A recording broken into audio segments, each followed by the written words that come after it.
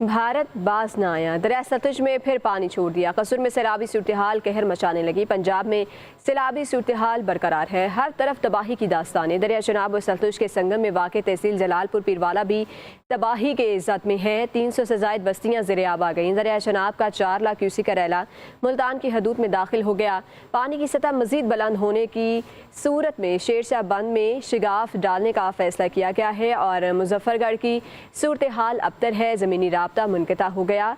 18 हज़ारी में हेड तरेमू पर ऊंचे दर्जे का सैलाब है।